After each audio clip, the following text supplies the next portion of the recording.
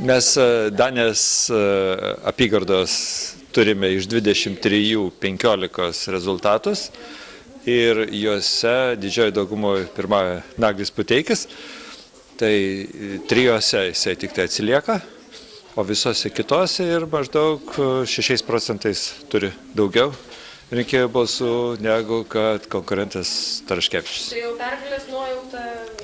Tai jau nebe nuojauta, o jau Naglis Puteikis laimėjo vienmandatėje prieš Rimantą Taraškevičių. O kaip Pajūrio apygardoje? Pajūrio apygardoje mes turime dar labai nedaug. Klaipėdos rezultatas maždaug toks yra iš 3 apylinkių, tai turim panašiai kaip ir pirmam ture. Panašų procentą atsilieka Pranas Žeimys nuo savo konkurentės. Klaipėdos čia. Klaipėdos, taip. O kaip Jūs vertinat tokią rinkimų kampaniją konkurento Taraškevičiaus, paskelbė jisai, kad kuo daugiau išrinkime klaipėdiečių į Seimą, kad Naglis Puteikis jau taip ar taip užsitikrinęs vietą Seime yra per sąrašą.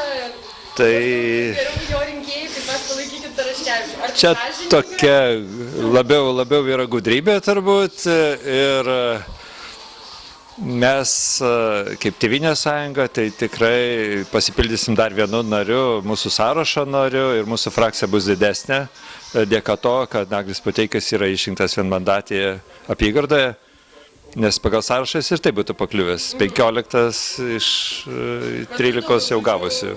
Tėvynės sąjungos. Taip.